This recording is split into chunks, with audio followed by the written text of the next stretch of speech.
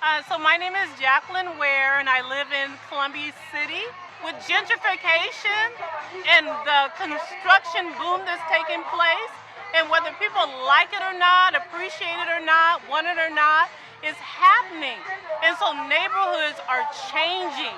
One of the things about Neighbors Night Out, it's a way for neighbors to really get to know each other, and not just on the surface and just based upon what they've heard, what they think, what they believe, but to really get to know your neighbor, what they do, what they're like, what they're interested in, what you have in common.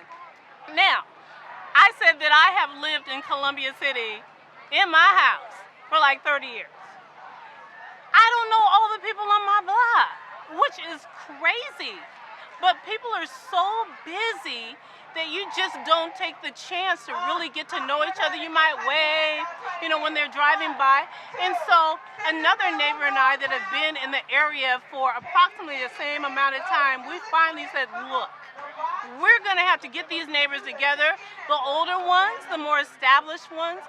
There is a neighbor who lives on the end of the block, and I would see his brother walking the dog, but to get to know that neighbor was impossible. He would not talk. So another neighbor and I actually went to the house. We had flyers, we handed them out, and a brother came out and we talked to him. This man that has lived in this neighborhood longer than me was an architect. I never knew that. This man had built his house on the end of the block. I never knew that. This man had built the house next door to him. I never knew that. This man had planted all kind of vegetation in that area. I never knew that. He knew so much about that neighborhood and that committee that was completely unknown to me. And so there's another neighbor now, again, he's been there a long time, but I am just now starting to get to know him, and he's starting to get to know me, and we realize that there's just no reason why we all can't come together. So the funny part is that you can live around people for ages and not know a thing about them. And that's when you start forming opinions and beliefs that are probably completely way off the mark.